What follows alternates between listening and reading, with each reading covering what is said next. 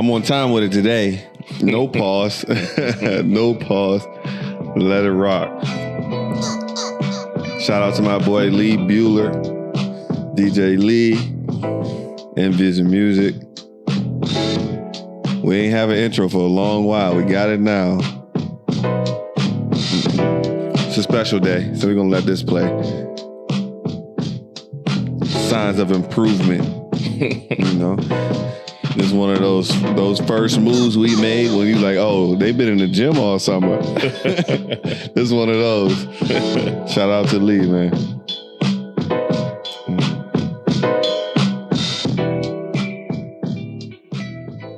Soundboard and everything, man. Ooh, Bridgin the Gap podcast, episode 27. Tale of Two Generations. OG, triple OG, young OG, you know, not self-proclaimed. Those of you who know, you know. We are here, man. We are here. We are here. First of all,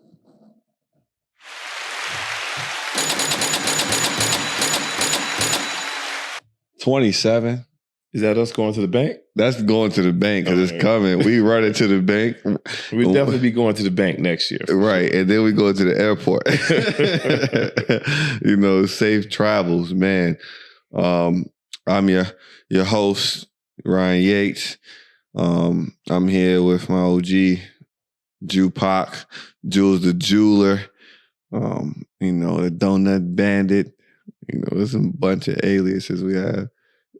Oscar the Grouch. We got to go through them all on the season. But you always, don't, listen, man, if this is the last one before we go on break, don't come at me no slander, man. It's not slander. Did you not get Krispy Kremes today as a present? We got Krispy Kreme.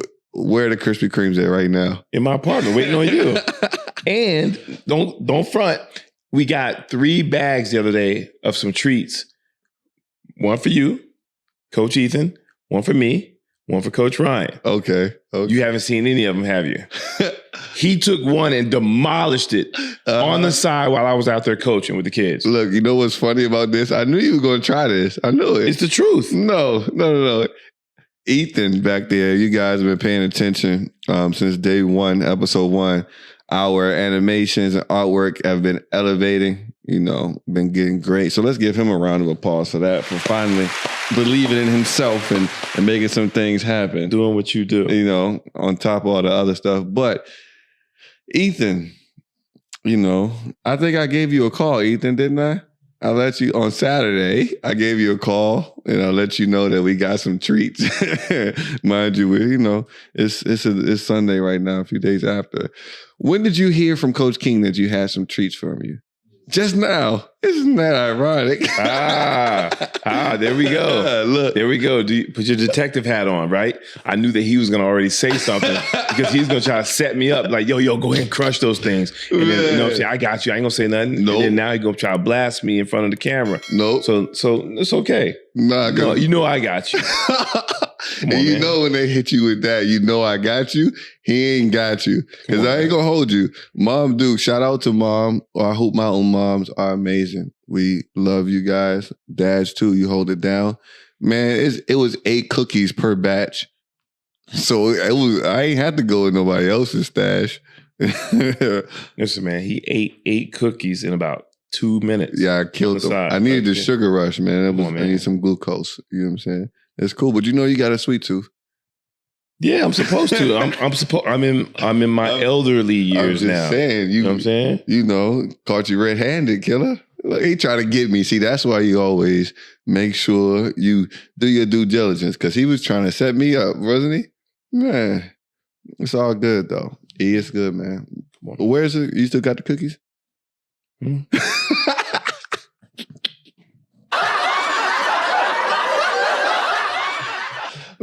So here's what I didn't want to happen. I didn't want you to get them late and they go bad. You know what I'm saying? Then you eat them, then you're not feeling well. Then you can't, you know what I'm saying? You can't function properly the next day. So I saved you from that. That's real considerate. Yeah. That's real considerate of you, man. That's a compassionate guy right there. Right. You know, I'm an older guy. You know that.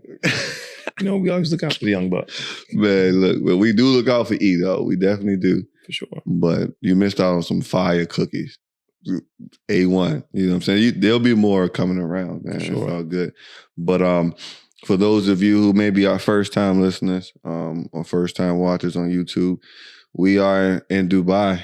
I'm sure you can tell by our accent and all this other stuff that we are American. But we are in Dubai building our own basketball brand academy called Hoopmountain Dubai. It's Hoopmountain.ae on Instagram and Hoopmountain.ae online. You can find us. We're available. You can send us a message on WhatsApp. All of our contact information is there, even throughout the summer. Coach and I will be going on our little vacation. I finally get to... Much needed. Yes. Sure. I finally get to go home. I haven't been home since 2019, September. And, you know, a lot has transpired since then. Yes, I've been counting the days. We're going on like 20 months or something like that. But we get to go. So, again, we on the button. Fire! We on the button again. But you guys can still check in with us. You guys know we're a family, a community. So we're always going to be available. Coach King, for sure, is going to be available. You know, he likes to talk to families and people throughout the time. I'll be on IG clowning around with you guys, making sure you're getting your work in, though. Because the off season, you heard Cole, the off season is where those dreams are made, you know? So right now, man, this is an episode that we can go a whole bunch of different ways with stuff.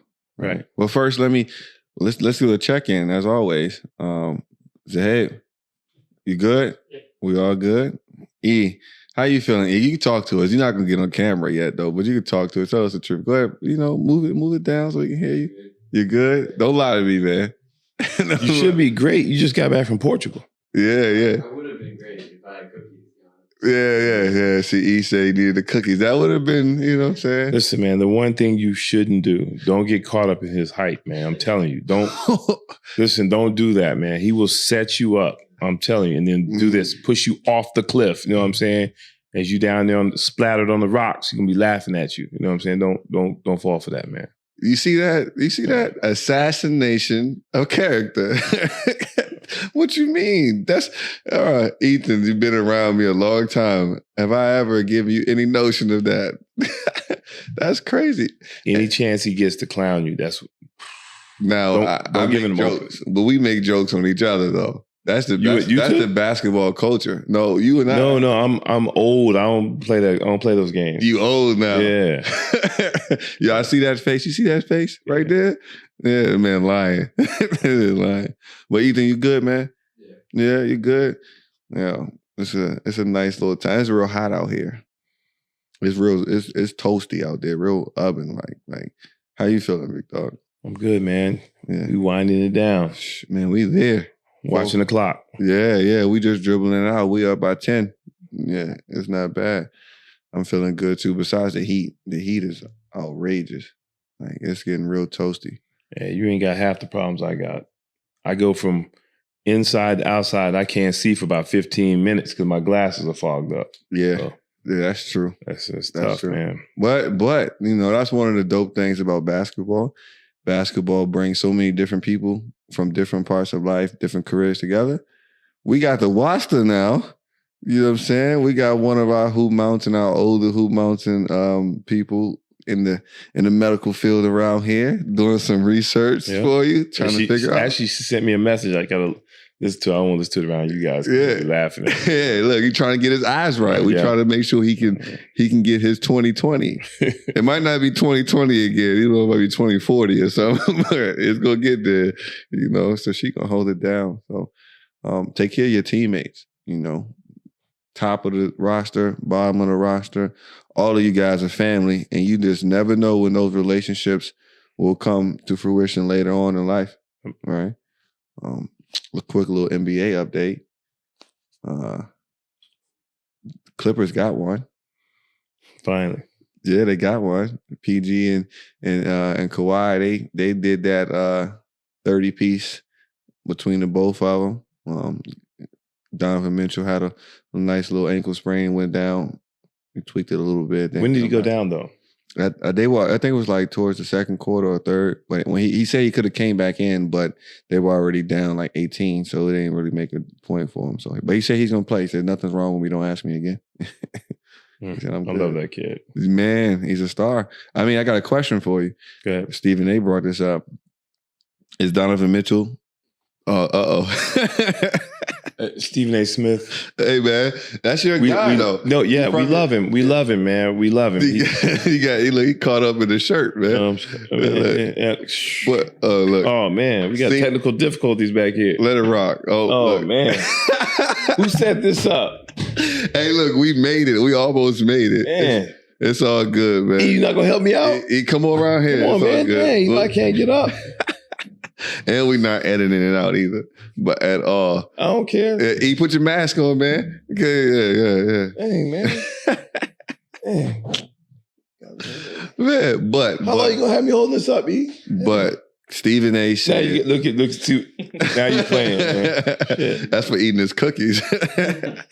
I was 16 of those things too. It was fire. Thank you, E. You know what I'm saying? But You put it on there? Right. We made it. We made it. Thank 27 episodes. Like, and this is what it looked like every day. But Stephen A. said, let's give a round of applause for E. Holding it down. You know what I'm saying? Oh, yeah. No, we'll keep it all in.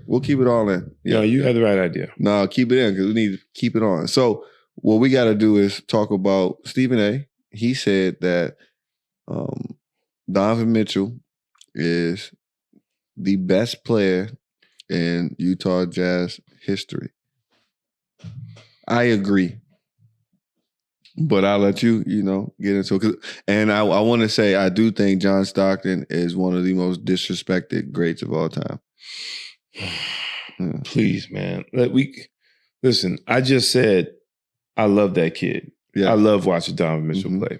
He's got the heart of a champion. Even though they haven't won, he's got the heart of a champion. He will be a champion at some point in his career. He's tough as nails. He's skilled. He's just an all-around player. He does whatever it takes for his team to win. But to say this early in his career, he's the best Jazz player. Come on, man. That's ridiculous. Mm-hmm. We're talking about the two greats that were staples of the Utah Jazz organization for many, many years, double-digit years. One is the second or third all-time leading scorer in NBA history. And that's a guy that basically perfected the pick and pop for the four-man, mid-range. Perfected it, all right? His partner in crime, John Stockton, all-time assist leader. And if I'm not mistaken, he's either number 1 or number 2 in steals. Maybe I'm wrong. Check that out for me. Yeah. And then it's funny because just recently, as maybe 2 or 3 years ago, you had all the other great point guards. GP. You got it, E? Yeah, just look for his all-time steals and all-time assists. Mark Jackson, Steve Nash, other guys commenting on John Stockton saying he could have easily averaged over 20 points a game if he wanted to, but he was more about just being a true point guard and running the show and scoring when he needs to. How many assists did he have? Yeah, he's number 1 in steals all times, over by 1,000 over Jason Kidd. For what, steals or assists? Steals. And leader in assists. Yeah, he got 15,000. All right, so see the whole list. So we can't sit there and say that somebody that's hot right now is the best Jazz player of all time. He could potentially be, but he's got a long way to go. He probably got like another 9-10 years before we can say that. Yeah. And that's just tough because you got to think about it. Not only is it how skilled you are, how tough you are, it's about your durability, and what you do in terms of your team's performance. These two gentlemen that we're just talking about, Karl Malone, John Stockton, their only downfall is that they ran into Mike. Mm-hmm. And we all know Mike is probably the best player of all time over Kareem and Wilt. Mm-hmm. And to say that you lost in the finals twice to MJ, ain't nobody really, ain't nobody got a hard time with that. And Stockton is like nobody. We talked about nobody getting to Oscar Robertson. Why you get rid of it? We still talking about it. Yeah, we talked about nobody getting to Oscar Robertson's triple-double record, but it happened. Right. Now, John Stockton's assist leader record, that's 15,806. And that's 3,000 more than J. Kidd. 3,000 and some change more than J. Kidd. And I just don't, LeBron is like 6,000 away. And Chris Paul is 5,000 away. And Steve Nash, he was 5,000 away. Chris Paul will probably pass him before then. But that's a crazy, crazy, crazy stat line just to even think about. Like, man.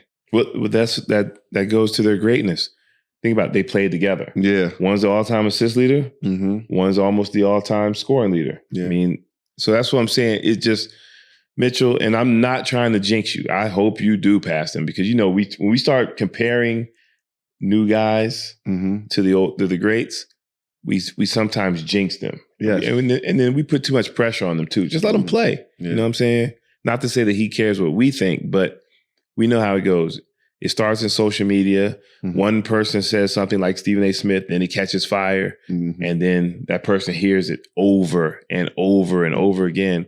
And they start trying to live up to it. Come on, just play. Well, we are bridging the gap here. We say that because there's a 20-year age difference between the two of us. So perspective is different. I think he's right. All right. Well, and I'm not looking at it based on the stat. Now, we talk about the type of player. I'm not saying anything about accomplishments or anything like that. I'm just talking about as a basketball player and what Donovan Mitchell can do, like within himself. He can score, right? He can defend. Now he's a better assist. He's way more dynamic than either of those two. Like, they've never had a player as explosive as him, as dynamic as him. He's shooting the three wherever he wants. Like they said, it's D Wade 2.0, an upgraded version of that. John Stockton and Karl Malone were peanut butter and jelly. They were great together. But I'm talking about individual players, just an individual player. Because if you don't have Stockton with Malone, I don't think they have the same type of career if they started off away, right? We never know. Let me argue on this side a little bit. We don't know because there were things that those other great point guards said about Stockton that we don't know because the game was different. Mm-hmm. That's kind of like we talked about Kenny Anderson early on. There was all the ball handling stuff that people are doing now. Kenny Anderson was doing that way back then, but the style of play was different. So you didn't do all that stuff.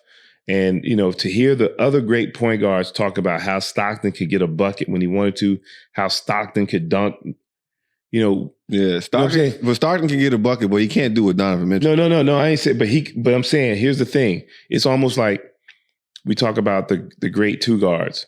Clyde Drexler is one of the great two guards. Right. But we talk about whose game looks sexier. You know what I'm saying? Mm-hmm. Donovan Mitchell's a bad boy. Yeah. But we can't just say he's the best. Like, we got to give him time. Now, if we have this conversation 5, 6. If he's doing this in another 4 or 5 years, then I'd be like, hands down. Yeah, no problem. I'm just saying it's premature. Yeah. Because, we all said the same thing about so many other players. Right. And I see where they're coming from, though. And visually, I can see what you're right. The only time will tell. Right. And like I said, I love it. I hope we don't jinx him. Right. Like Drake said, let's give it a decade and see who's still here. Right. So, but that's going to be a fun series. I still got Utah winning. I think it might go 6. I hope so. I hope Donovan puts on his cape. I just don't want the Clippers to advance. Yeah. I don't think it's going to. I mean, I believe in Ty Lue, though. That's the one thing, though. I think Ty Lue can make some adjustments to get some things going. But, they are who they are. That's what it always comes back to. Like, you are who you are. But PG, we'll see. I mean, he killed it last night. You got to give him credit. That's 1 out of 3. Right. And, that may be it because it only takes one, right? It only takes one sometimes when you're really a guy. Suns 3-0. First of all, Joker, congratulations on your MVP. Mm-hmm. You had a rough game after winning the MVP, but you bounced back with 30, 20, and 10. Good Lord. Only Wilt and Kareem did that, but, it's almost time to... Yeah, I'm sorry, it's a joke. You might as well get ready to take a trip back to the crib. Yeah, it's all good. Go fishing. It's a matter of time. Yeah, so, and then on the East, tonight, as we were finishing up the recording, we got Brooklyn and Milwaukee going for game 4. They had a little altercation last game with KD and PJ Tucker, and KD security came on and, made some things happen. So he can't be at none of the games this series anymore. So they try to make it real ugly and gritty in Milwaukee. You're still going home in 5. I think this one's going to be another one. Like, you can't score 86 points, win a game 86-83 and feel good about that. Because you only had 86 the game before that when you lost by 50. So if you can't figure out how to score, because KD not going to have another off night, neither is anybody else on the team. When they got all the shots that they wanted, you were in trouble, Budenholzer. You're on the hot seat. I'm finally seeing that too. Man, that thing should have been smoking 2 years ago. Man, he been sitting with his feet up, socks off and everything, chilling. Yeah. Must be nice. And then Philly and Atlanta. That's a slugfest. What's funny is that's like both your homes right there. Philly and Atlanta, you got to choose in between the two. Like, where you going with it? Yeah. I love Trae Young. I love watching Embiid play. That's a traditional big man. A traditional big man in the sense that, like Shaq, who was dominant down low, but he could do other things. Yeah. That's why I love watching him play. We don't see that anymore. Mm-hmm. Outside of him, Joker, and who else has a big? It used to be Boogie. Yeah, I mean, it used to be Boogie when he was healthy. We got injuries, so that's just those two, man. And it's a formula that works. Like, I hope teams start to get back to that, especially with some of these young bigs that are coming in. That's something that's going to work. And you got to make sure you stick around with that as well. And I don't even want to touch on this too much, but they had a debate, Max and Stephen A. They said, was Shaq ever the best player in the NBA during his career? Like, why do you do this? That's when I start to know, like, ESPN and those running guys. out of stuff to talk about. Man, was Shaq ever the best player in the NBA? What are you talking about? Shut up. I'm sick of it, man. But that was our basketball recap. We're gonna take a little bit of a different turn today for our season finale. This podcast originally started out because our stories are just so different, right? It was just something that was like, we needed some way to let people know that we know we're talking about basketball here in this area. And then also with it being like an 8, sometimes 9-hour time difference at the crib, we don't really get to talk about anything and share it with our folks. And it's tough to do that through WhatsApp and Zoom and FaceTime and all those things. So it kind of becomes like our journal to an extent. But what we were holding off on until this time was really talking about how we got here. Somebody may come across this podcast at some point and listen all the way through, and they'll be like, why are these two together making a podcast? Like, why does it even make sense? Like, the rapport these guys have, my godmom, shout out to Miss Melinda, she saw that one episode, I forgot to hit the button, and we had to record again. And she called my mom. She's like, yo, Coach King is really upset with him. Is everything okay out there? Are they going to be able to make it through the next couple of months? My mom was like, yo, he is fine. Don't you worry. They are A-okay. But people are watching, they're like, how does this even make sense? Yeah, they didn't know what time it was that night. No. But they see somebody get that mad and they really think like, man, like how he still even record after that? And we talk about it with the families that we run into when we tell them like, Coach and I are a lot different from anybody you've ran into that's running a business, starting a business. And everybody probably hears people say it, but they don't know how deep it runs. So we're going to give you guys, for our season finale, the full story, how we got here, what that timeline was like. Coach, I'll let Coach we'll give a little bit more of a deeper background on, our personal relationship before we get to the timeline here. And I'll let Coach start with that. What's that go back? 2008? Yep. Yeah. 2007, 2008, yeah. Yeah, that's when it all began. So I'll let you start with that because you just came in. I don't even know how you came in the picture. Man. You just popped up at the gym. Man, that was a long time ago. That started me even getting a chance to know a little bit about TC Williams and you guys. Came through Coach Jones, Cornell Jones, longtime DC, Maryland, Virginia, high school coach, very successful coach, football and basketball. Probably played on one of the greatest high school teams ever in the area, winning 4 straight championships in high school. Yeah.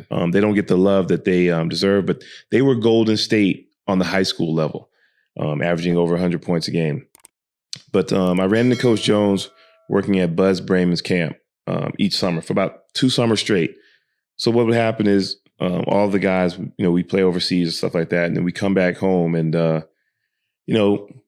in between seasons, you got to make some extra money and things like that. So we all, go run camp or whatever. And I got placed with Coach Jones. And, the school was set up in like two or three different gyms, whatever. And Coach Jones and I had all the high school kids, just me and him, like maybe 70, 80 kids. What gym was it? What area was it? Columbia, Maryland. And, so I'm with Coach Jones, first time meeting him. And he introduces himself, whatever. And, he basically starts giving me instructions. I'm like, man, who is this? Man, I don't know this cat. You know what I'm saying? But Buzz is like, no, it's good. It's good. So I get the kids going, get some drills going, and Coach gets a beach chair, like a lawn chair, and puts it at half court and sits down. I said, what the? Mm-hmm. And so he's giving me instructions. So I'm like, man, this is crazy. You know what I'm saying? So over the course of the summer, I began to realize that he saw something in me that I could potentially be a coach maybe. And he was really teaching me, and he was testing my my demeanor, you know what I'm saying, to see if I was going to overreact and pout, or either I was just going to go with it. And then eventually, you know what I'm saying, we'll open up to each other. Yeah. And, over that those 2 summers, we became good friends, man. And, during our talks at lunch and, after after camp and things like that, he would talk about, hey, what's your plans after basketball? I said, well, I don't know. I got some offers to be, some, assistant coaches on some, D2, D3, and maybe a few low-level D1, staffs, whatever. And he was like, what about starting at the high school level?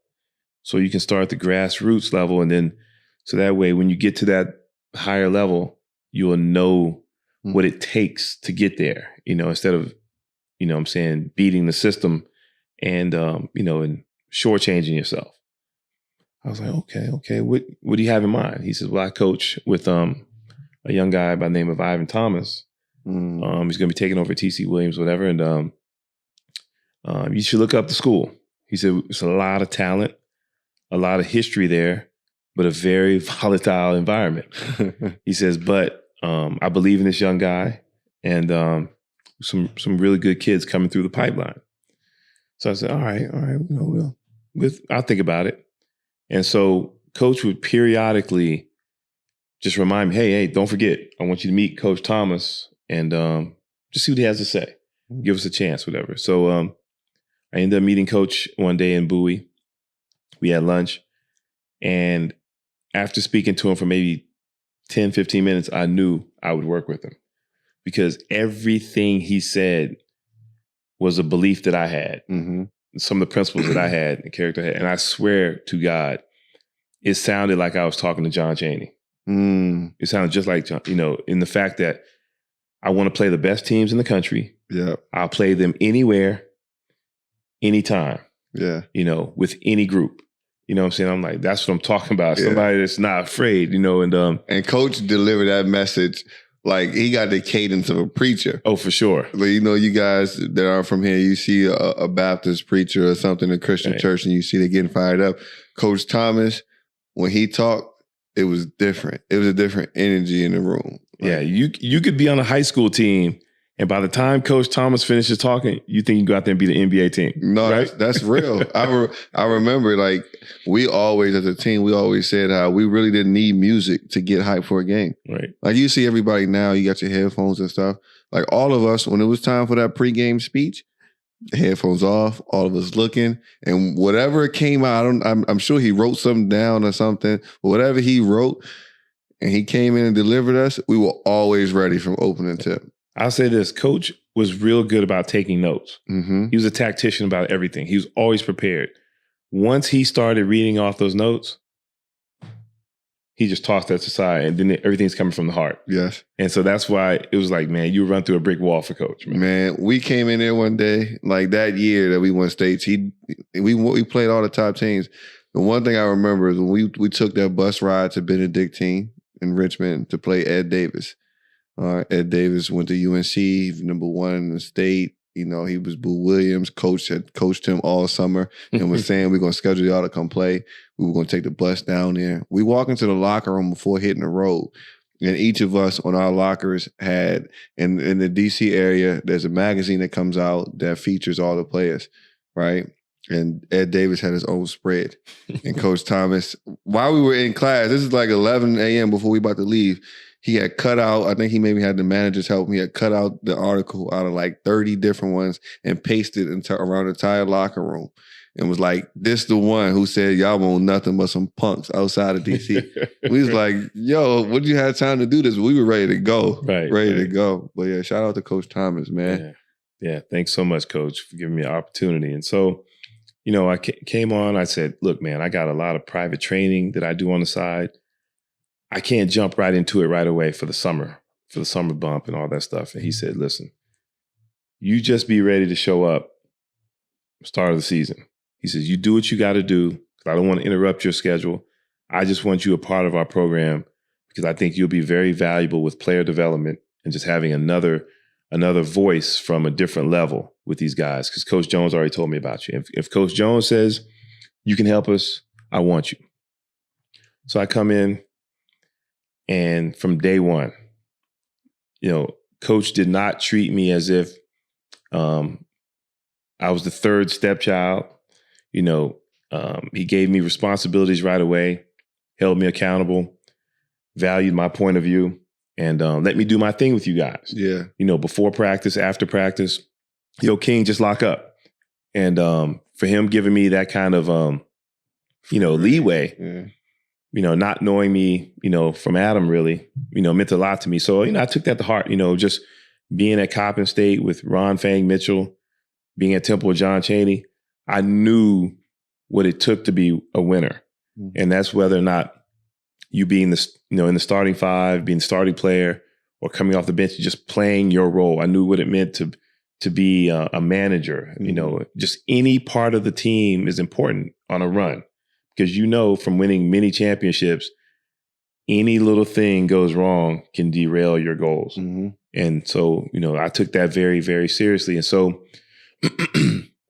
by, you know, coming in with you guys and having a lot of success, man, you know, winning a championship that year, that was unbelievable. Yeah. I didn't expect that. Mm-hmm. I expect to win, but, you know, winning a state title, especially in Virginia, that's almost mythical. Yeah. Especially from our part of Virginia. Right. Because Northern Virginia kind of been like, you know, doormats for quite some time. You know, it's seen as privilege. For those of you guys that don't know, in winning a state championship in Virginia, back in those days, it only happened if you were from the Richmond area or the Tidewater area.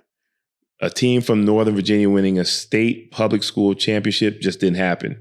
Just because, one, they were viewed as soft. Mm-hmm. And they were. And they were, with the exception of TC. Yeah. And there were so many private schools in the DMV area that it would take away some of the talent. Yeah.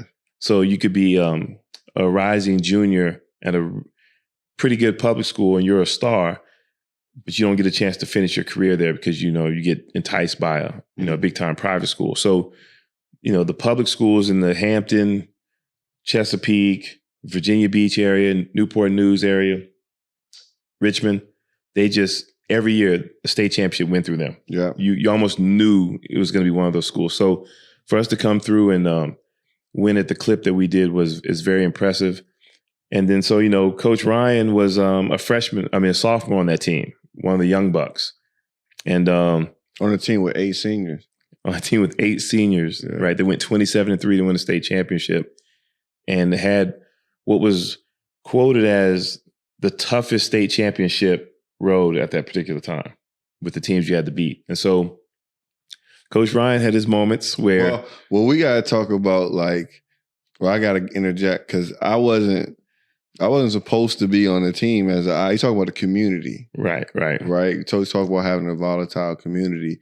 A lot of those people in the community kind of would distract you and try to push you away from Coach Thomas, lot of King. people. Like for me, Coach Thomas, I got stories about Coach Thomas for days, right? I was one of those that was getting, private school looks and all those other different things. It was on the verge of leaving for sure. I remember Coach coming to my middle school when I was in 8th grade and was like, yo, I heard, because I went to Episcopal, Ball to 6, BI, O'Connell, and he was like, I heard you taking a tour. Like, you don't need to leave. And then that same week, I went and I watched TC play Scotty Reynolds. And I think this is one of my favorite games I watched because Glenn went off for like 30, like 27 in the second half against Scotty. And George Mason was going crazy. And he was like, private school can't give you this right here. I was like, man, I might stay. And then going into my 9th grade year, I was always around the varsity team because, coach like to keep somebody young around. Right. But he's always just telling you better stay around all off season or preseason. And I had some older people around who were kind of trying to always go against the grain because they, people around there, they really want somebody to go with whatever the community says for Alexandria. So whenever you go against it, they try to steal kids away. So I had somebody telling me to go do a computer class and some other things instead. And, so I missed my opportunity to play there. So going into at the end of the freshman season, I remember going into, the summer, Coach Thomas, he was always the realest. Going into that, I remember he told me, he said, you're not a varsity player. Like those exact words. He said, you're not a varsity player. So I don't know if you're going to be one. Now, mind you, I was probably the only kid on our JV team who was playing on a Nike sponsored team and all these other different things. He's like, you're not a varsity kid. And he named a peer of mine, friend, everything. He said, he is, but you're not. And I don't know if you got enough to get past him. Shout out to Coach Hines, because Coach Hines used to egg me on about this stuff too. He said all summer while you lifting weights, you should be saying this dude's name. So going into 10th grade year, I knew it was like 50 people trying out. A lot of them were seniors. A lot of them were rising seniors. And a lot of them were saying, oh, we almost had a fall. But a lot of them were saying like, yeah, I'm going to make sure I get this spot. And a lot of them were saying they were going to go after the young guys. So when that day came, because Coach Thomas, when the practice tryouts ended, long day, Coach Thomas always showed each player face by face what was going to happen. So I remember him taking in a lot of seniors who had played JV last year or rising seniors, and they all got cut. And I was like, man, I'm still here. So he brought me in. He was like, I'm going to put you on the team. And I remember people saying, like, why? How did Yates get there?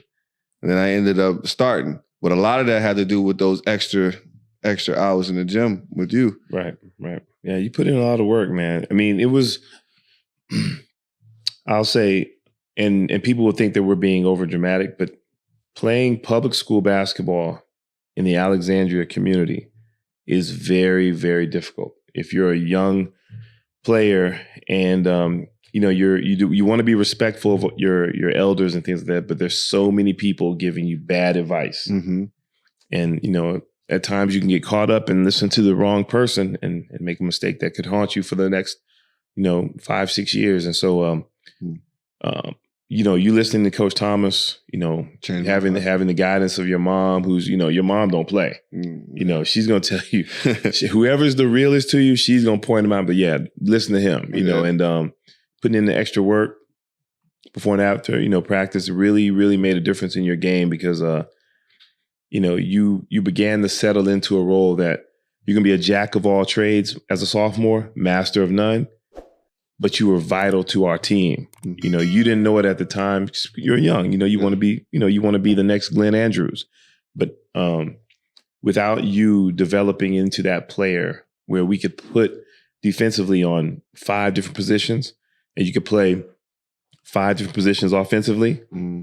If we didn't have that Swiss Army knife, who knows where we would have been. And so and it's another thing. Like I wanted to play. That was the only way I was going to play because Travis was going to get a bucket. Right. Man was 6'7" point guard.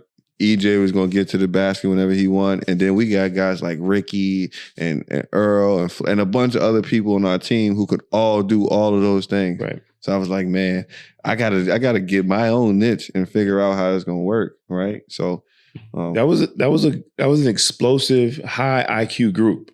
Yeah. I mean, I give y'all credit. That was a good group to coach, man, because you guys, you know, there were moments where you guys would butt heads with coach, but for the most part, you guys all bought into your roles. Yeah.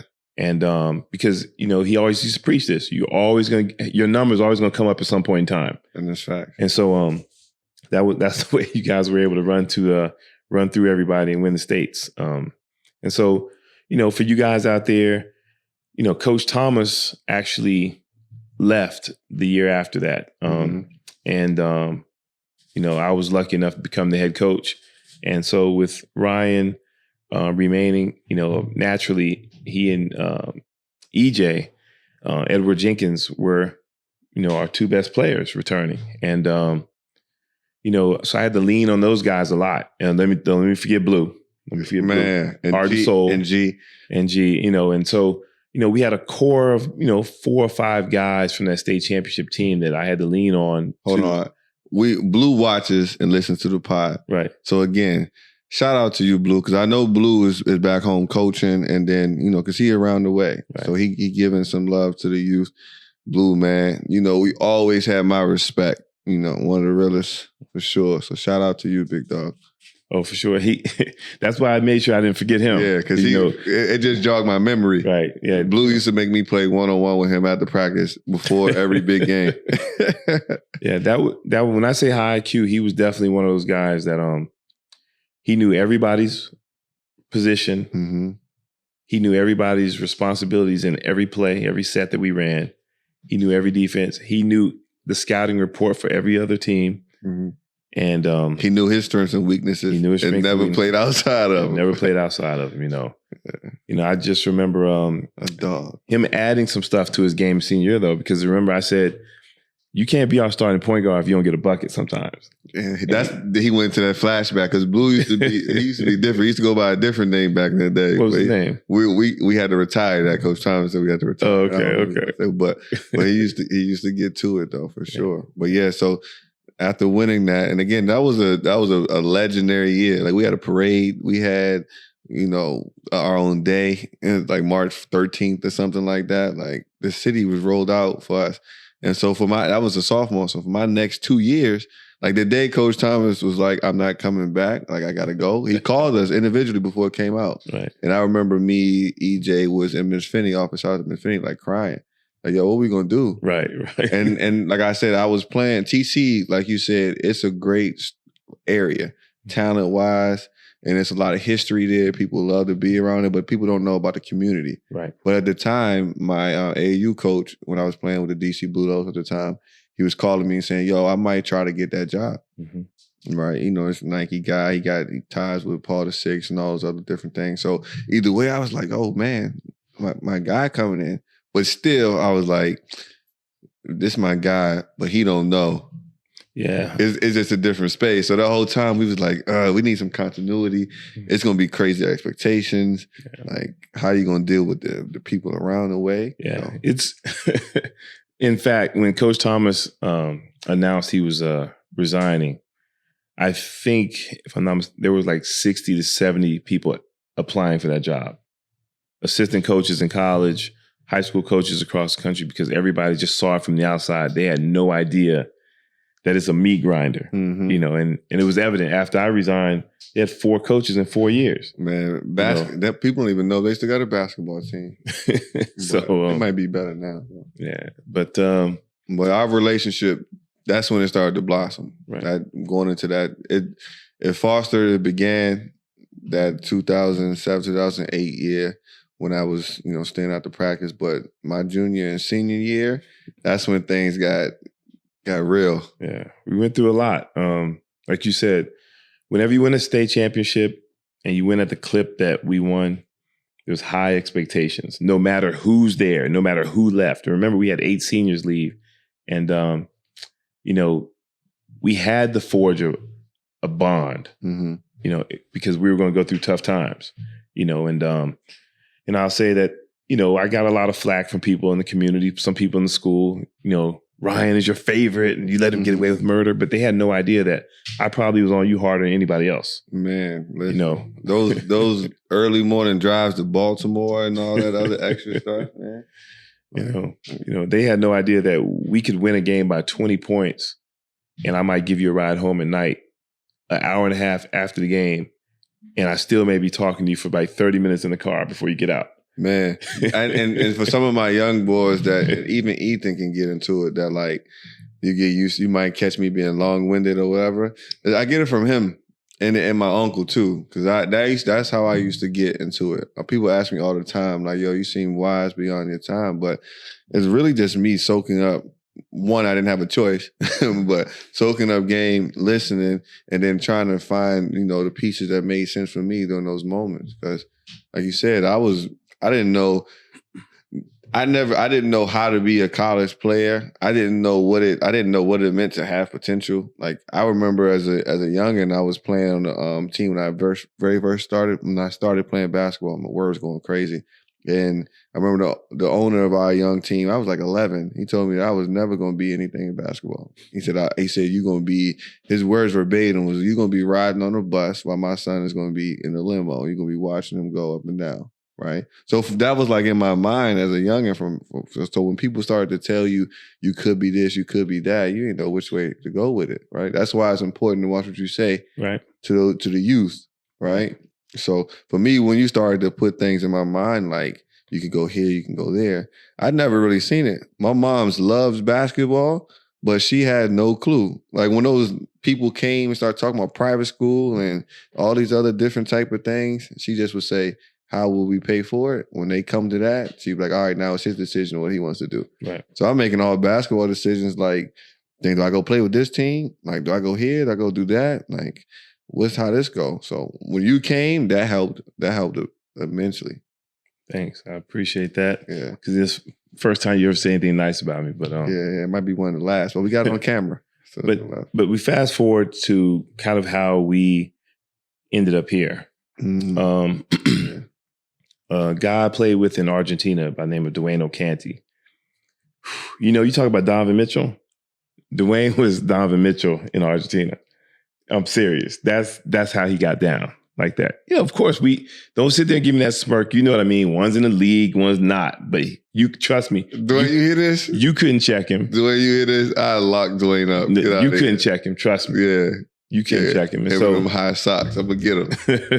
Shout out to Dwayne, man. And so, he was working over in Kuwait, and we always keep in touch. And around the NBA playoffs, we always get into it real heavy about our predictions and stuff. And so, over the years, we talk. And I said, tell me a little bit about that Kuwait stuff, man. He'd be like, I'm over here teaching basketball, and doing some coaching and things like that, and why don't you get into it? I had just come back from Canada, coaching out there, froze my butt off. What year was that? 2015? Yeah, something like that. And I said, you know what, I'm gonna stay at home for a little bit. I've been traveling a lot, after, before and after TC. I said, I'm gonna stay home. I'm gonna do some things here and take a break because that long run at TC burned me out a little bit.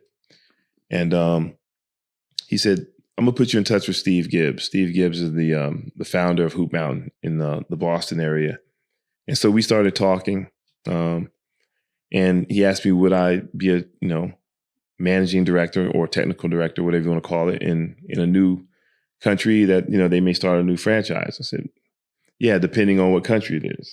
So, he listed some countries in the, in the Middle East. And I said, okay, cool. I can think about that. I said, but let me say this. If something comes up in Bahrain or Dubai, holla at me. Because, I'd never been to Dubai. I had friends of mine that played in Bahrain and said it was beautiful. And just, from hearing things about Dubai and seeing postcards, things, I said, that looks like a beautiful place. And a place that I could retire in, and be close to the water all the time. Because anybody that knows me, I'm always at the beach. And so, an opportunity came up where they were going to start a franchise in Dubai. And I accepted the job. And the next step was I need an assistant coach. And that's where I come in. There were 4 or 5 other guys. I looked at their resumes. They had, stellar resumes, great recommendations. But I knew this was going to be a tall task. And I needed somebody who had been through the fire before with me, because I'm hard to deal with sometimes, because I'm real. Shut up. I'm real demanding, and I like things done my way. But I knew that. I said I need somebody I know, somebody I trust, somebody that doesn't mind having a lot of weight on their shoulders. And so I called you up. Hey, what you up to, big fella? Man, listen. Now this is where the story gets interesting, right? So as Coach mentioned, he had been talking with Steve since about 2015. Steve and Dwayne. Now I'm in college, right? So I'm in college. 2015, my senior year of college. Post TC, a lot of things happened. Basketball wise, but I ended up having a great college career. And still having the opportunity to play professionally. And my uncle Ro, who's now technical director at the NBA Academy Africa. At the time, he was coaching at George Mason. And when we talked, and I was telling my aunt, I was like, I want to give it a chance just to see what it's like out there in the water if I got a chance to play. Now, mind you, the one thing Coach mentioned about me having always a lot on my shoulder early. When I was in high school, I was in AP classes. It was me and my boy who was star football team. Since we were probably in like 7th grade, we were like the only 2 black kids, the only 2 athletes, and all those honors. And like that was just from 7th grade on up to upstairs. Yeah, right. On different floors in the school. And Coach Thomas used to, always talk about that too. So for me, basketball, even without me knowing it, was my tool. Right. But I always had some other stuff that I wanted to engage in. And in college, I kind of blossomed into that. And then, I had like some health scares and stuff that made me look at things, through a different eye. So I was like 17, 18, 19, really since senior year of high school, dealing with stuff to where I had to be real, real mature and had to figure some stuff out. And it looked like early I had to think like, man, basketball may not be it. And even if it does, I'd probably be done with it by like 27, 28, maybe 30, depending on how it is. The lifespan short. So I remember my uncle showing me like overseas contracts I could get and looking at it. Mind you, I went to a Division III school, not because I couldn't go D1 or D2 or wherever else, but it was the best fit for the time. And I just knew basketball was different then because I knew people that played D1 and they didn't play a minute until their senior year, or they had a terrible decision. I went to my school, shout out to Eastern Mennonite University, to where I'm one of the best that ever played there. They showed love. I had the opportunity to do crazy things on campus. Like I came back for grad school. I was a professor. I was a student athlete advisor. I was on a diversity and inclusion board. I got all these other different stuff. Hold on. I was teaching. I was teaching in J's and everything. I'm still concerned about that because look. Look here. My kid goes to Eastern Mennonite and you're the professor. I need a refund. It's crazy because it was like I would do a freshman leadership course by myself. And then shout out to Deanna. She like family to me now. She would try to like make me be a professor. So she had me teach a social movements course with her. But you know how typically teacher assistants, they just like grade papers. She had me like put together a syllabus. She'd leave to go to conferences and I'd run the whole class. Like the day Trump got elected, I had to teach a class that morning and it was raining. It was cloudy. Kids were like crying. And in that area, there were a lot of like kids from undocumented parents, Hispanic kids. And then there was also a lot of very conservative, rural white people. Then there's the athletes sprinkled in there. You know how we are. So I was like, I'm 23. Like all those kids, some of them had seen me play basketball the year before. Right. And it was just a wild dynamic. So they put me in another space I had never been in. So my uncle showed me those contracts, right? And I talked to some agents and I was like, this what they getting? And at the time I was working at Nordstrom selling women's shoes and I was doing substitute teaching at TC and everywhere else. So I was getting a little bit of cash coming in and I was like, I'm getting more than that right now. I said, I don't know if I'm willing to do that fight no more because I done fought a lot with basketball already. So I got on the phone and I was like, I think I'm ready to go back to grad school. So I got to go to grad school for free. Yep. So I went back, was going through things. You know, I had 2 business ventures I tried to do with some friends. One was really, really promising. That was my first taste of investing your own money and time into something, and it's still not working. So I was like, man, fast forward going into my last like 4 months of grad school from like June, our business partnership ends with my guy. And, you know, I had been planning to move to LA because we were doing clothing. So I had been planning to move to LA. I was going to be done with grad school in December. I was going to move in January. Like I literally took 4 trips to Cali to 1, look at manufacturers, 2, try to get a little job there. I had made a connection with a lady at USC. I was looking at apartments. I was doing everything. I was like, I'm gone, right? And then business partnership ends, and then I'm stuck. I got 4 months until school is over, and then I got to figure some stuff out. So, you know, I'm looking at stuff. I'm like, Cali ain't gonna work. I ain't got enough money. I got to come back later. So I ended up saying, all right, I'm gonna go to Philly. Shout out to my family there, Dorsey. You know, he's a successful business guy, and I knew I didn't want to work for anybody. Like after going through grad school and getting my master's degrees and all that other stuff and realizing like what academia looks like and what it looks like to have real control over your own life and everything else, I was like, look, I'm going to risk that gamble. I'm just going to bet on myself, right? So I was like, I'm just going to go to Philly, do like an apprenticeship under my cousin. He'll teach me the ropes about business stuff, and I'll figure it out through there. I knew Philly was different, though. I knew Philly was different, but when you already got it inside, it happened. So, you know, it's like June, might be around this time, 2019. Mind you, I have been spending 3 weeks driving up and down 61, 66, 81, and 95 to get to Philly. I'm talking about leaving at 3 a.m. to get to a job interview by 10 in Philly and then driving back. I interviewed at Temple. Right, I got people telling me go to Temple or Rutgers to get a PhD and then come back as a professor, and I'm like, I don't like rules, so I probably won't do that. Right, You definitely don't follow him. Yeah, for sure. So coach calls me. Right, I just came back from Philly. I had found a little job I was going to do. I was working with my cousin. I just seen some apartments. I had literally just got off the phone. The lady called me. She said, I'm glad you liked it. I'm going to email you the lease so you can sign it off now. You got 7 days to sign it, or we're going to pass it to the next person on the list. I'm like, cool. And literally 30 minutes later, I get a call from Coach King. And now, mind you, King that type, right? Like, I sent him a message on Monday. He'll text me back 2 weeks later with a picture in like Niagara Falls. I'm like, yo, what you doing, man? What's up? So he calls me. He's like, yo, did you leave for Philly yet? I said, nah, but I'm about to get out of this soon. He's like, all right, don't go anywhere just yet. I said, yo, I got a lease I got to sign. And like, you know, like again, I told him it was 48 hours, but I really had a whole week. He's like, don't worry about it. You know, I know a few people. If this don't go through, then I'll find you a place to stay. And I'm like, all right, cool. Because where I was going to stay at ain't going to be where I'm going to try to get him to get me to stay at. So I was like, cool, let's make that happen. So he says, let me call you back in a couple of days. So he called me back and he was like, I'm going to Dubai. I was like, what? What do you mean going to Dubai? Like, send me a postcard. Let me know how that is. He's like, no, I'm going to Dubai to do this basketball academy. He said, you know how work is right after school. You know, the grind is different. Here you can go, you know, stack up, make some connections. All we're doing is coaching basketball. He said, but I need you to come to Boston. I was like, I want you to tell me, when you called me, it was like, I need you to come to Boston. What was you thinking that play was going to be like?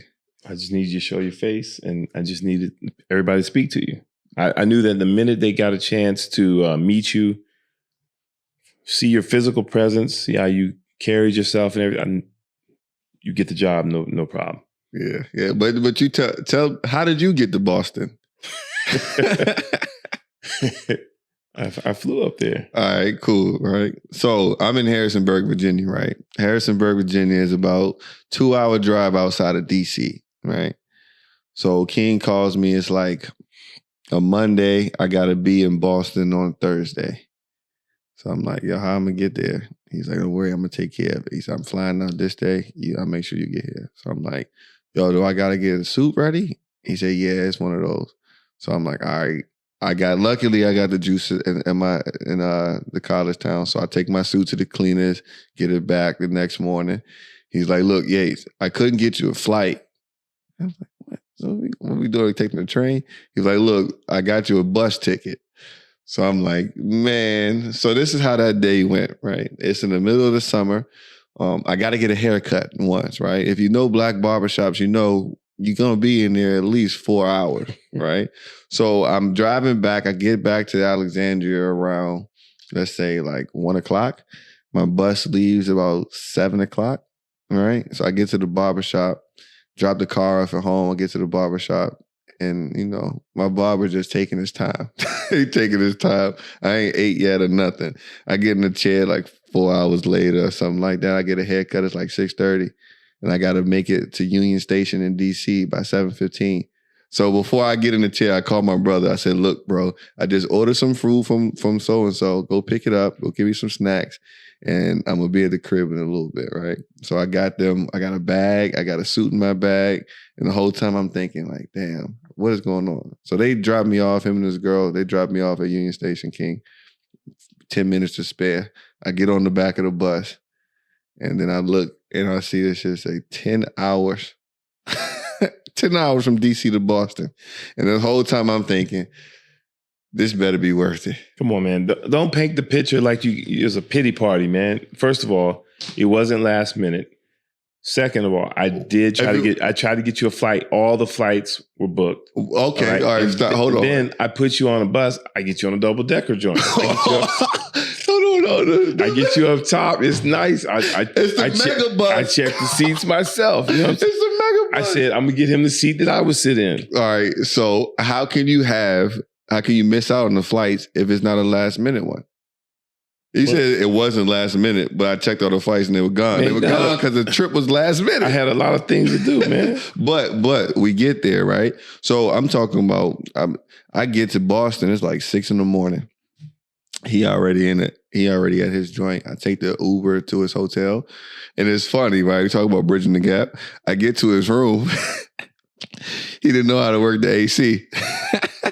He had spent that whole night the night before sweating, sleeping. He's like, yo, I just had a 10-hour bus ride. I need a nap, right? Because it's 6:30 in the morning now, and I got to meet whoever this dude is in about 3 hours. So I got to sneak a nap in and look good. He's like, yo, see if you can fix the AC. And then go back to bed. I was like, man, this dude is crazy.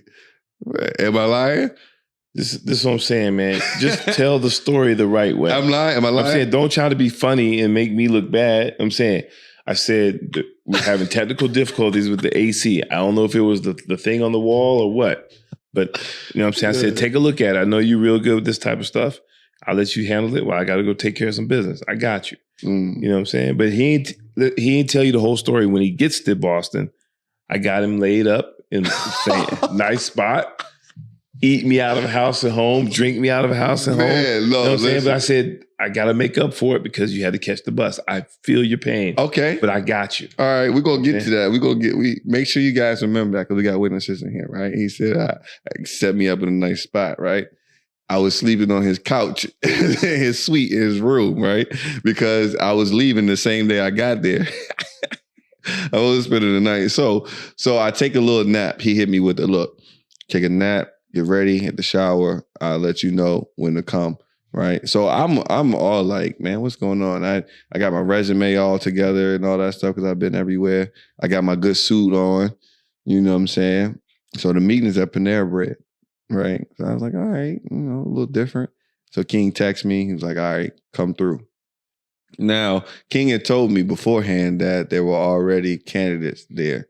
But I like King said, he needs somebody to know him. And I knew what he meant when he said, yo, I need you to come. He was like, if I got to go with these guys, it ain't going to work, right? So I was like, all right, cool. So I get there. I get to the Panera Bread when they tell me to pull up. But the interview wasn't over with the guy that they already were considering. And the guy they were considering was somebody that was familiar with the founder.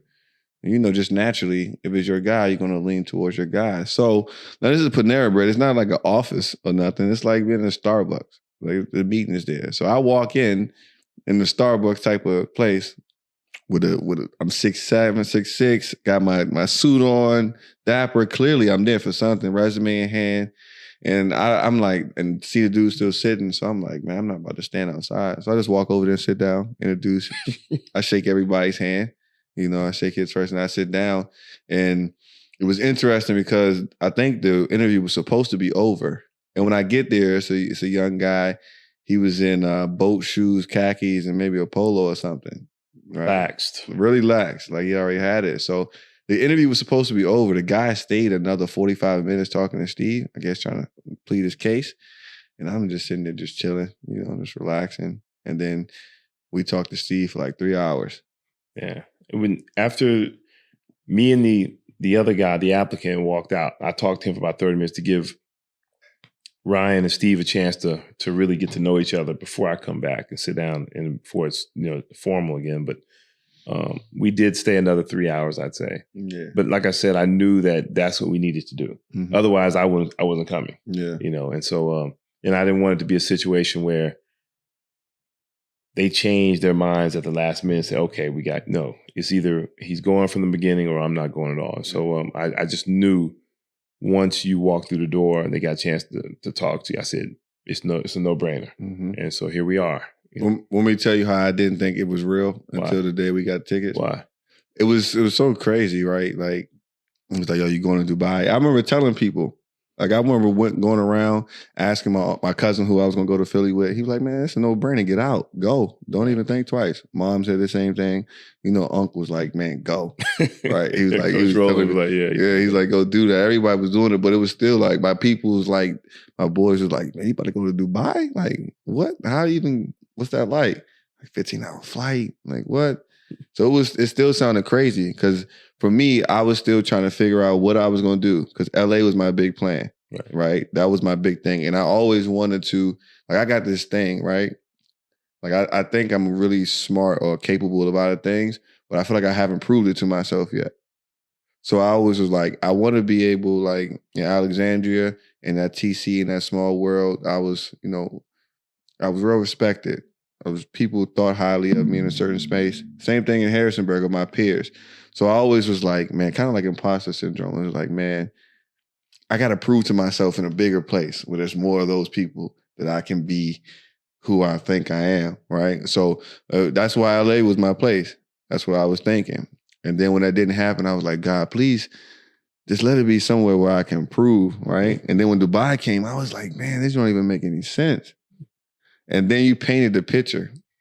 This is it, because you know he talks to my mom, and of course, you know Coach knows how a relationship is with me and mom. So he was like, you know, mom was like, look, you good. King got you good.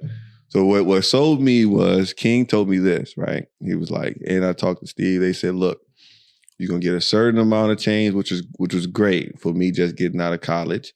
And, you know, I was going tax-free, accommodations, all that good stuff. I'm like, cool, I can stack a little bit because I'm just coming out of college.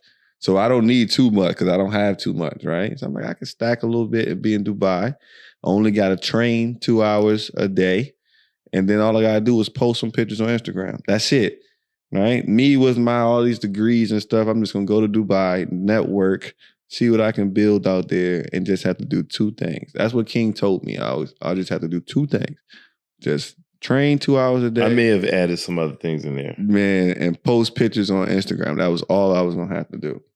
But I'll let you take the reign of the story there. You know, we get into that international business. Like, well, first I did kind of give you a rundown of what possibly could happen. Look, trying to save his face. You know, I said if things go south, I said we may have to, you know, add some more responsibilities on it. So that wasn't part of the contract though. So it was written in paper.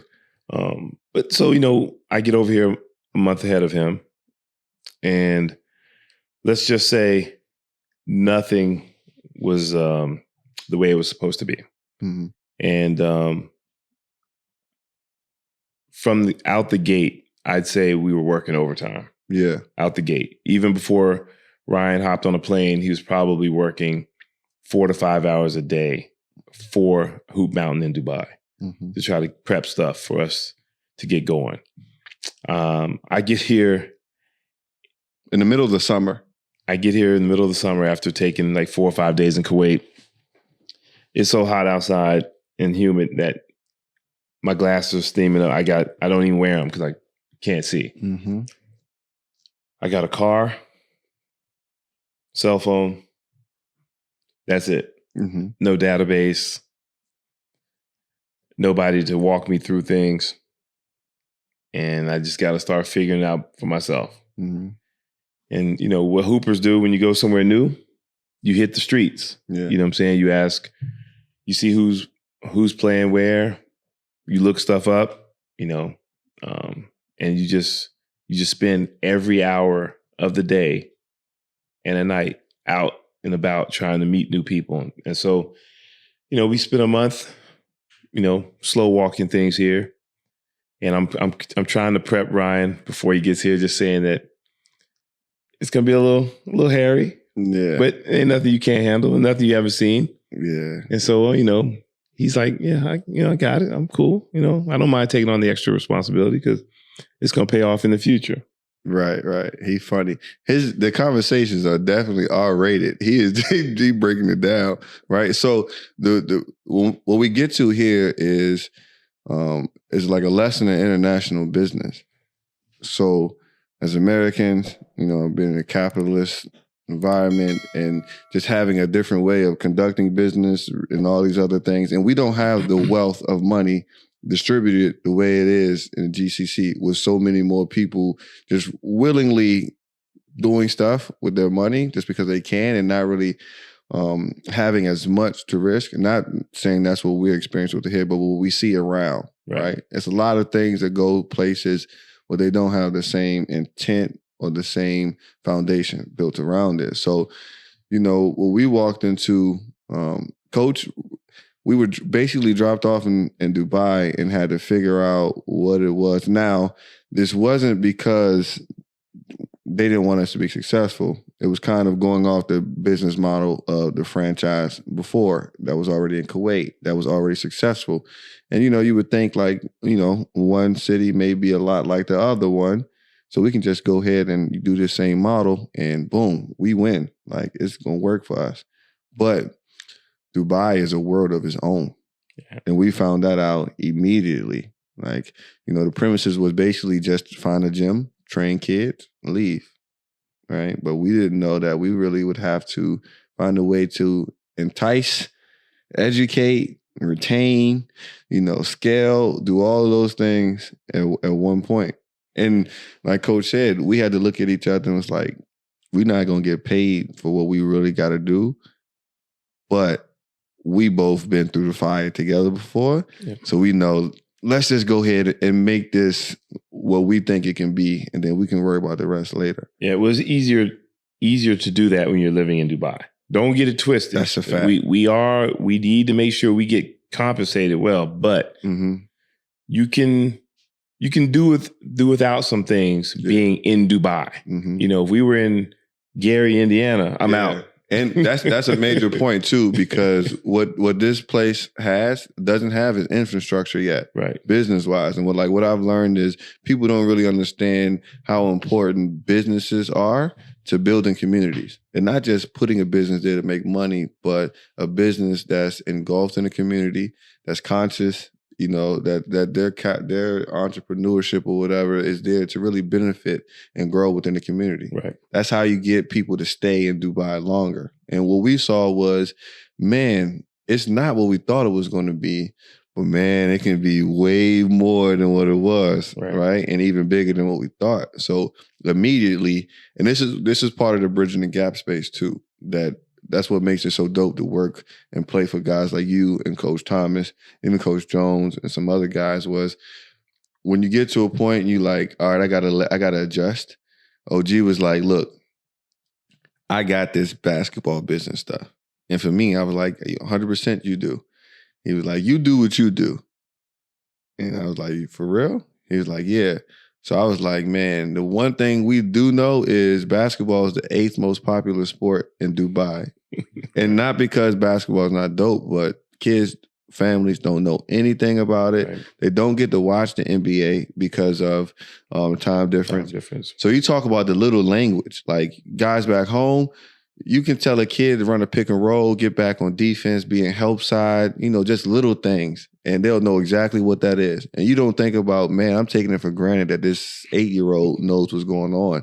Right. But then you get somebody that we got in the gym that we literally got to teach. Some kids we got to teach how to run, right? Run correctly, control their bodies, the little language of the game, because they don't get to hear Hubie Brown, Dick Vitale, or Doris Burke. Stuff that we take for granted. Yeah, they don't just get to see that. So now it's like, all right, in order for us to actually have some fun and impact kids' lives, we got to do something completely different.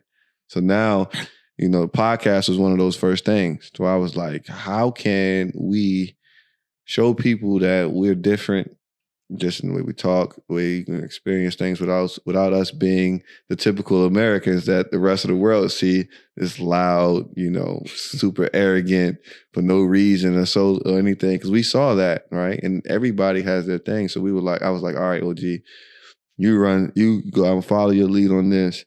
And then on the side, I see several different ways that we can make this even bigger. And he was like, all right, cool. We got it. So now you see me dragging him here, podcast, after we do a whole bunch of stuff of working. But, now it's like, all right, we getting people calling, people listening. It's like, all right, it's different. So it's work. So we basically put together an entire business plan on the run, implemented it, changed it, put it together. And once it started to make a little sense, Corona happened. Yep. Right. Now, mind you, we got here September. Well, we officially started business October 2019. We started with like 4 kids, maybe. When he says 4 kids, that's 4 kids. And they weren't coming every day. Yes. They were coming once to twice a week. And that was 4 kids in 4 locations. 4 locations. So there were a lot of days where it was just Coach Ryan and I just working out on our game. I was in shape then. Yeah, and the gyms are different. Like it's badminton gyms. People, it's badminton people taking over everything. Most of the athletes, like girls, are playing netball. Like we didn't know what areas of Dubai to go to. So where we were going, it was like, man, are we in the right places? How is this going? But we just had to do that. And we had our moments where we went and played around where the small basketball community is and kind of got the size up the competition a little bit to an extent, and then see the state of the culture. And it's like, all right, we would be all right. So going into December, we had a much better thing. We might have had like 6, 7 going into it. And then when February was coming, with January, we started to be like, okay. Start cooking a little bit. We started cooking. We had a long thing where we didn't have a brand identity. So we had to hire a marketing company to help us put that together. Like a gift and a curse, because it was like, man, like we don't have enough time to do all the running and still do this in the back end, but we need it, but it's expensive. What that did do for me though was give me confidence in knowing that, man, we can take over this marketing stuff ourselves because I got all this stuff in-house. So we made that decision to put everything in-house going into January. And then COVID starts to knock things down. And it's like, we got to stop. No, what happens next is, we start getting those, people getting sick, everything in the world starting to lock down. The one thing about Dubai is it's the cleanest place I've ever been in my life. That's for sure. Clean every part. It's clean everywhere. So we get to the spaces, like we're like one of the last countries to lock down. And it's like, it's the beginning of March or like the middle of March. And coach is like, Coach came knocking on mind you, also, Kobe passed. Yep. Right. And, for me, that was heavy. Right. And that's coming off the year when Nipsey passed too. And those 2 guys were like sources of motivation for me. And I remember you coming knocking on the door for that. And I was, we were in tears. And then I was, I had to walk outside. We were living in like a box. Literally the situation was crazy because of the time. And so what happens next is Coach says, look, man, I don't do good with tight spaces. And quarantine is coming. And he's like, look, I'm going back to the crib. So I literally got to drop him off in the middle of March. I got to drop him off at the airport in the middle of the night, Hold on. midnight. Freeze. I'm lying? I said I need to go home for a quick break. So my ticket was a round trip ticket. I was going to be home for 3 weeks and come right back. And I figured by that time they'd have the COVID situation figured out. I wasn't just leaving him. I was going for a quick break. And I ain't gonna lie, I said I wasn't going because I was like, look, and I had my college place, like my apartment, so I was living in like a college. I was 2 bedrooms by myself and stuff. So if I went back home, I was gonna be staying with mom. Right. Like I'm good here. You know what I'm saying? Like, and it's Dubai. I mean, and people don't know this, that you're saying lockdown, and it was a tight lockdown here, but here's a little different because you can order anything and have it delivered to you. Yeah. And everybody following rules too. Yeah. You gonna get dealt with. Right. And so that helped, for the lockdown to ease up a little sooner than other parts of the world. So and to be honest, like as a young guy, I know I gotta take a few more of those lumps. So I was like, all right, I'll stay. So if it do open back up, you know what I'm saying, I can keep things going because we did have momentum and we had put over a lot of work, but it went from March to April to May and all those other things. So during that time though, because we knew, again, we trust the work, as Doris Burke says, trust the work. So during that time, you were doing your thing, calling people, checking in with stuff. And I was like, you know what? I'm going to go back, and I'm still in school mode. I'm going to go back and perfect this marketing thing. Like I took like a 4 or 5 month course on digital marketing and all this stuff. Cause I was like, I knew I got like 8 different things that I want to roll out in the next 4 or 5 years. So I got to be able to make sure I can put this together. I want to add people to the team. So I'm going to be up all day and all night studying and doing all this other different stuff. You weren't here, so you don't know.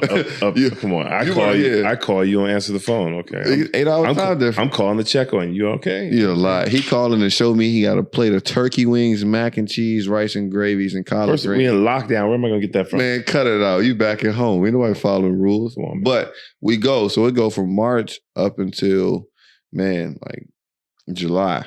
And I get stuck in Abu Dhabi.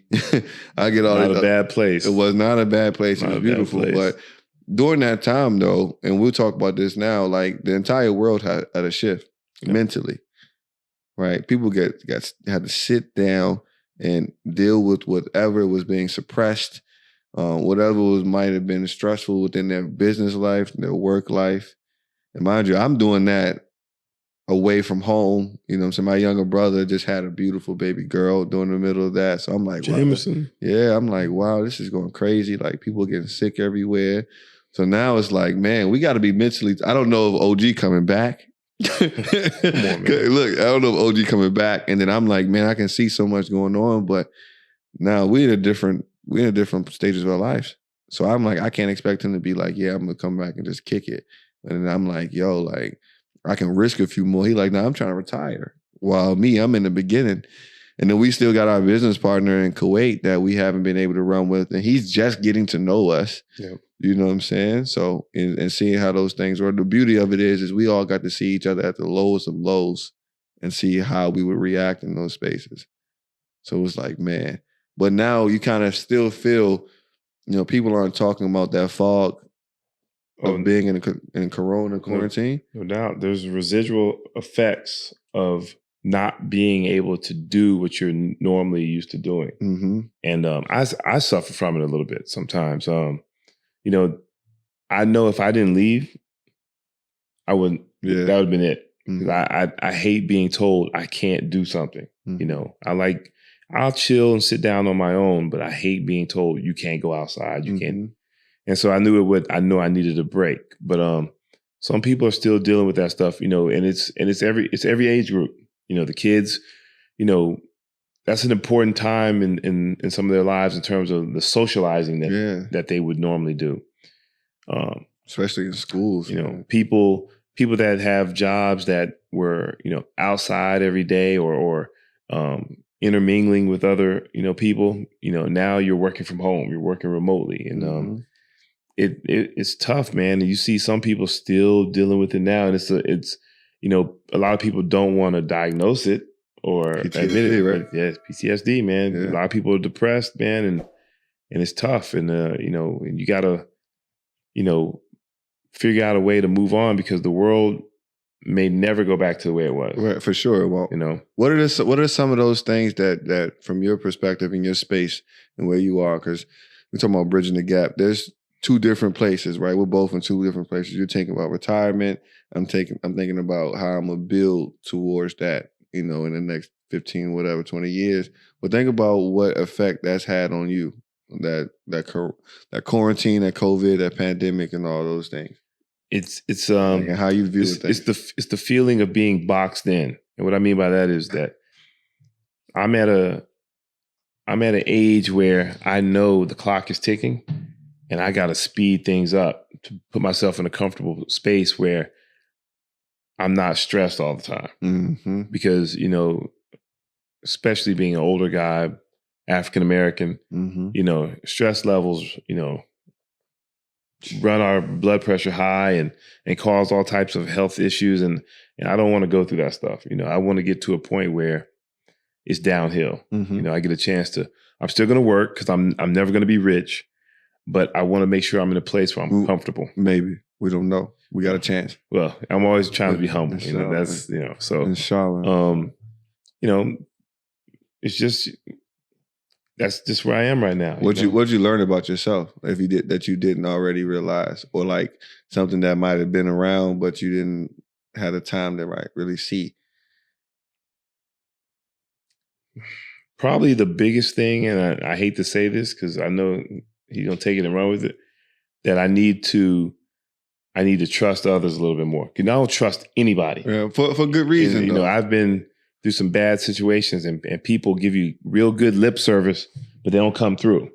And you know, so I know with you, and you know, I know that I got somebody that's got my back. Because you know, whenever I've been away from home, I've always just been by myself. You know, I have friends and things like that, but you know, I don't safest bet. I don't put too much trust on, you know, and not to say I don't, you know, love them or anything. It's just I've just always been by myself, you know, as the only child until later on in life I realized I had, you know, half brothers and half sisters. So I've always just been by myself. You know, a lot of decisions I made, good and bad, mostly bad, I've been by myself, you know. And so if I make a decision by myself, you know, I only have one person to blame. Yeah. But when I put my trust in someone else and it goes bad, then I'm like, man, I knew better. You gotta, you know, lean on yourself. But you know, I've changed a little bit. You know, see, I'm sitting here. Everybody knows I wouldn't normally do this. You know that for sure. But like I said, you got a lot to give, and we're just now getting at the tip of the iceberg and stuff. But for me, during that time, it was probably one of the craziest moments. Because like probably since my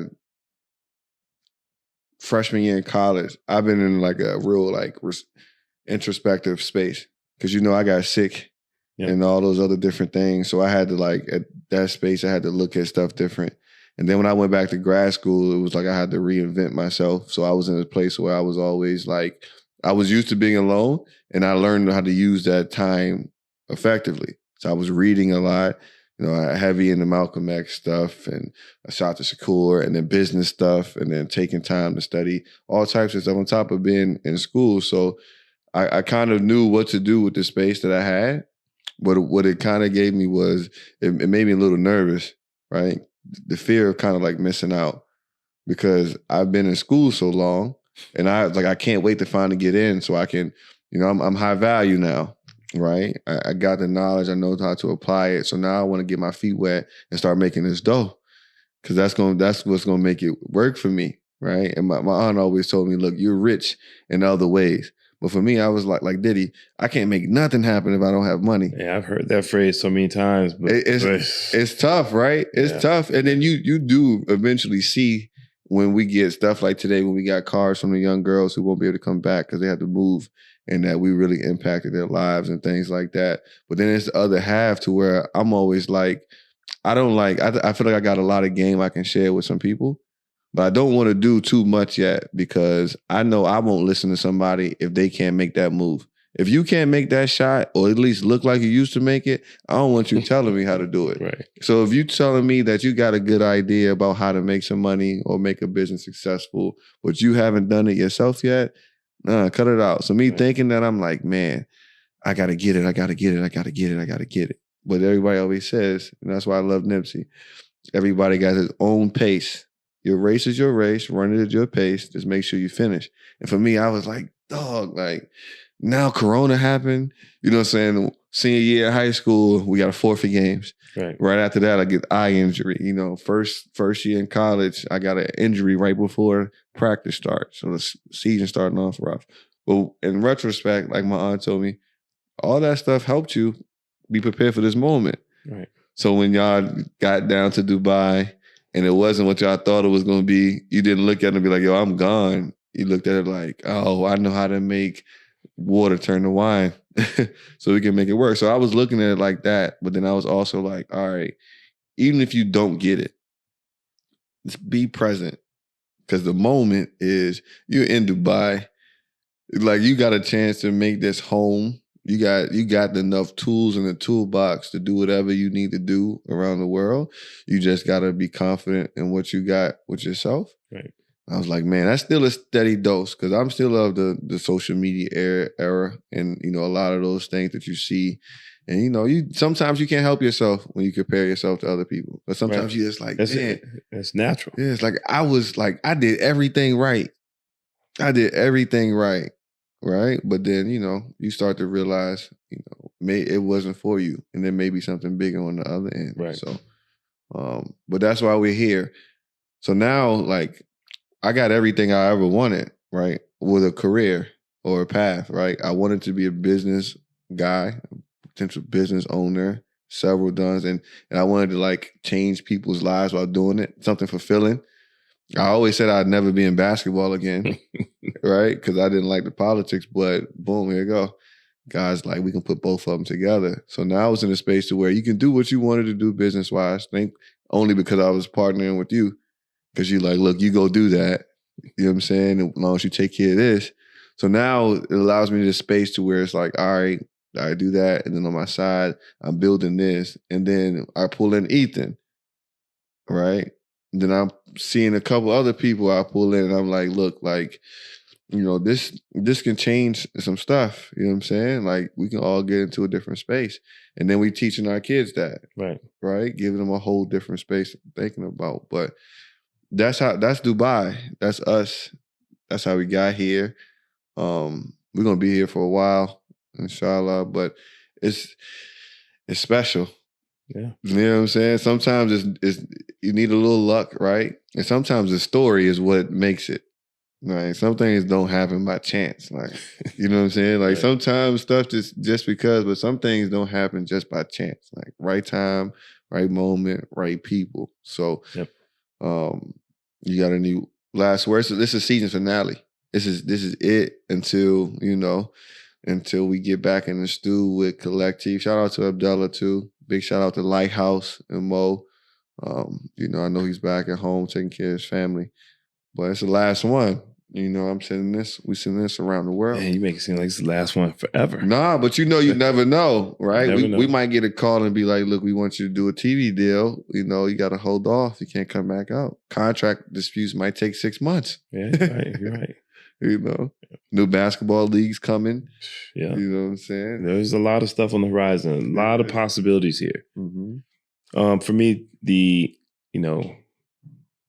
my end of the game wrap up is sort of what you talked about in terms of how we got here and the process that we went through to get to where we are now, which is we survived. There's always going to be ups and downs in life. Stuff's going to hit you unexpectedly. It's going to knock you down, but you can't stay down. You got to get right back up, dust yourself off. And next time, just be ready to duck. Mm-hmm. You know, we talk about now, like, you know, you're dribbling the ball, you get stopped. You're not dead in the water. You can pivot. Mm-hmm. And that's what we did, you know, and that's just from a lot of experiences that we had. I know he's young, but he had a lot of experiences early on that prepared him for this moment. And, you know, I can't say anything more than just the people you have with you will help you get through these tough times if they're good people. And so that's what we did.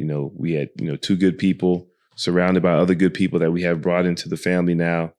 And we all worked our butts off and we pivoted. Yes. And we survived. Yes. And now we're getting a chance to thrive. Mm-hmm. So it's only a matter of time. Yes, a big shout out to our business partner and family in Kuwait. Like I said, we came here with one expectation, not knowing each other from anything. And that grew into something completely different, a partnership that's completely different. So, put in the work. And I'm going to end it with this, trust the work. If you put it in, trust the work because it's undeniable. We had to look at each other in a space to where it was like, man, I don't know how we got here. But like you said, we can't deal with that now. It's time to hit the reverse pivot and make it work. And the one thing that we do know as basketball players, which is why we keep putting this out here as kids and telling them, keep fighting, keep working. When you put in the work, the ball's going to fall. You're going to get that extra roll. You know what I'm saying? It's going to find your hand sometimes. Like when you don't put on the work, she don't go in. You might have had a couple things that felt good, but you ain't showed her enough love, right? So trust the work. Times get hard. It starts feeling like you're stuck. Trust the work, right? Because sometimes when you're stuck and you're feeling like you don't know where to go, it's because you haven't done your due diligence. You haven't really put in the hours, right? I'm not going to be one that says you got to do the 10,000 hours things because I do think we are in a space where people are overworked. Right? You can do more just in a more efficient time, but just make it worthwhile. Trust the work, put in the work, and everything else will follow. And if you fall short of the stars, you land on the moon. Right? That's what they say, right? Yep. Yeah. So with that being said, if you're in Dubai, Hoopmountain.ae, Hoopmountain.ae. Find us, check in. Even over the summer, we'll be around. Next season, next year, it's going to be incredible. New everything. We're going to ascend. Thank you all. You could have been anywhere in the world, but you chose to be here with us. We appreciate you. Again, shout out to Lighthouse Studios, Collective. Big shout out to E. Animation app, website, developer, all that information coming soon. So you guys stay tuned. So he's going to be the biggest thing in UAE in about 6 months. So you guys be ready. To our guys, stay ready. We'll be back working your game.